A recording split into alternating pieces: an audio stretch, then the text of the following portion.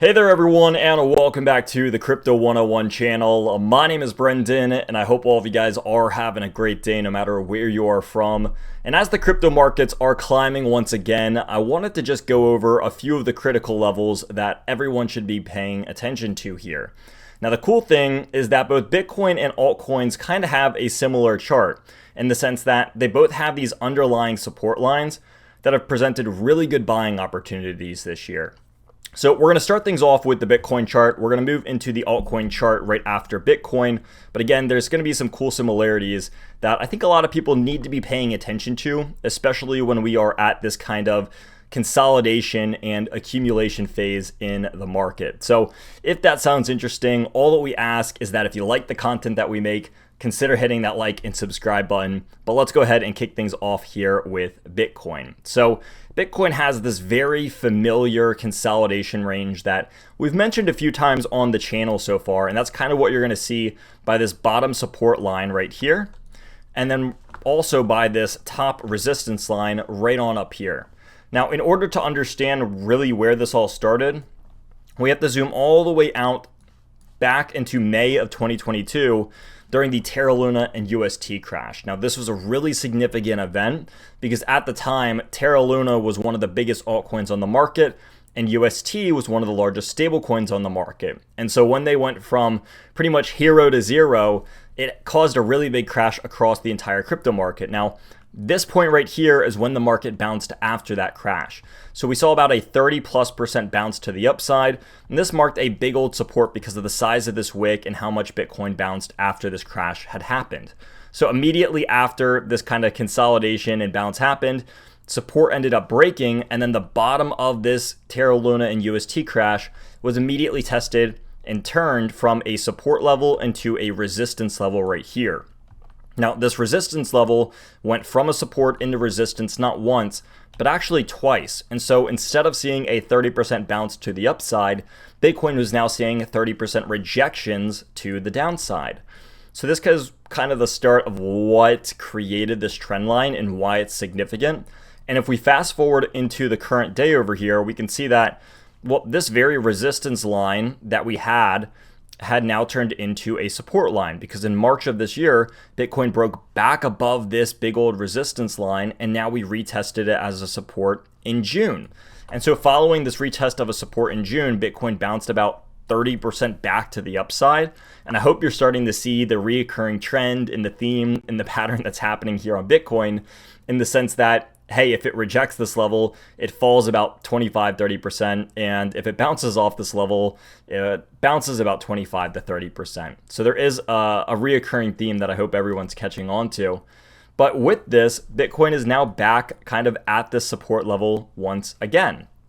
And if you remember the first time that Bitcoin rejected its, or I guess rather this trend line, it came over here with a very swift rejection. We came up very quickly, hit it, rejected it, and then fell.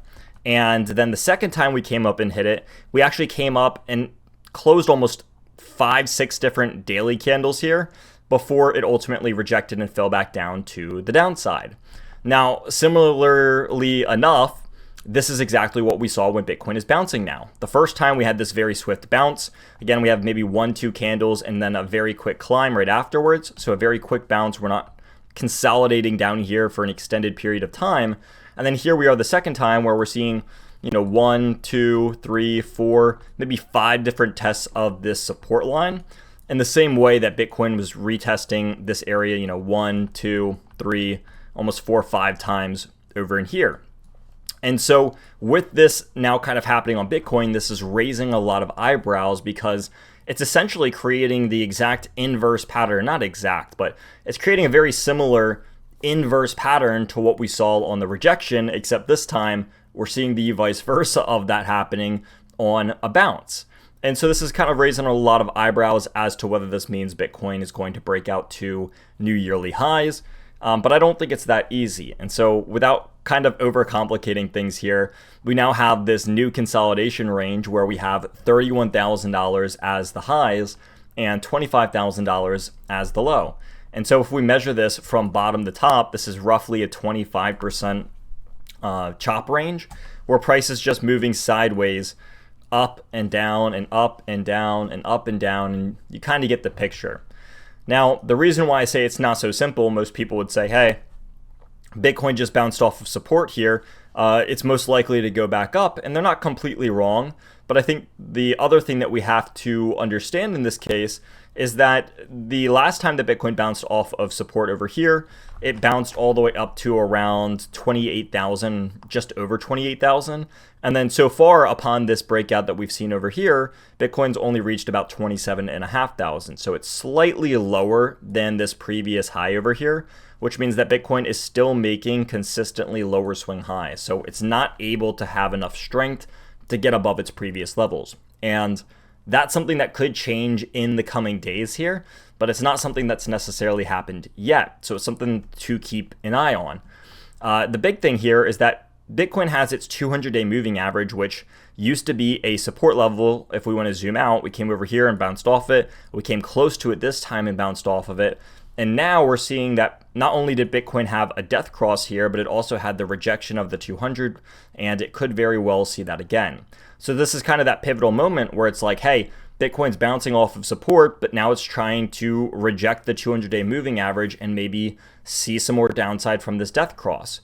So if you're a bull, you're watching this level very, very closely, because if Bitcoin is able to break out to a new high here, it's a really good sign of testament of how strong the bulls are, and it would probably lead it back up to its yearly highs.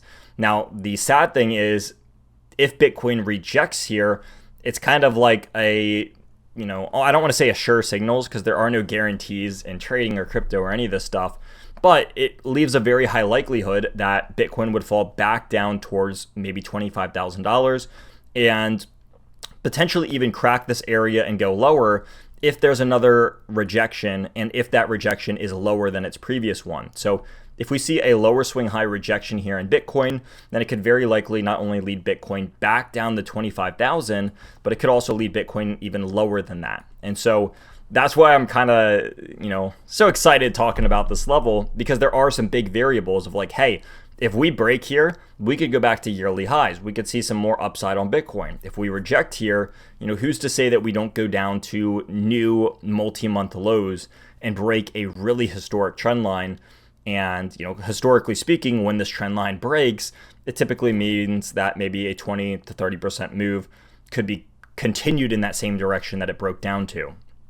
So there's a couple of things to kind of keep your eye on as we are floating around the mid 25,000s, this mid to almost upper $25,000 area now, because this is a really important and crucial zone. And I know that a lot of people are kind of getting bored with the choppy action that Bitcoin has had over here, but Bitcoin's not necessarily alone. And so this is where I want to get into the altcoin analysis as well, because in the altcoin markets, in the same way that Bitcoin has this big old trend line, so does the altcoin market. And we can see this over here from this previous resistance where we see all these rejections from the altcoin market. And then after the breakout occurred, this previous resistance area was now turned into a newfound support. And we've seen 4 different bounces from this so far this year. So the one thing that I think, I've actually mentioned this in a previous video, but each time that the altcoin market has bounced, it's been at a lower swing high. And so now it's also starting to kind of squeeze downwards into this support level. So if you go to the TOTAL2, which is the physical representation of the altcoin market, then one of the things that you're going to see is that this, rough $500 billion area on the chart is going to be where the big support is. This is where it's bounced 4 separate times over the last 6 or so months. And so if the altcoin market gets back down here, number one, this is typically where it has the highest likelihood of bouncing this year since its breakout. And number two, if this breaks, there could definitely be some more further downside across the altcoin market. So it's not quite there yet. It's going back up to this 50-day moving average, which it has struggled with for quite some time now, which is kind of this like reddish pinkish line. So it is going to be an area of resistance, but it kind of just reassures me or retells me that, hey, this is an area to keep your eye on, not only Bitcoin, but altcoins as well. So, no matter what kind of trader you are or even investor out there, these are 2 different levels that I think everyone should be watching. If you want to accumulate long-term bags, then you can look at these levels. If you want to be a trader where you are constantly buying and selling and taking different kinds of positions, there really is something out there for everyone right now. So again, nothing I said here is legal, financial, or tax advice in any way, but I want to make sure everyone is aware of everything that's happening in the great cryptocurrency space, so that people don't have to spend hours and hours of time researching to find all this stuff, because that's our job. So again, all that I ask is that if you like the content that we make over here and you want to see more of it, consider hitting that like and subscribe button. Maybe check out some of the links in the description if you want more content from us. And that's going to go ahead and wrap us up for this video. So again, thank you all for watching, and we'll see all of you very, very soon.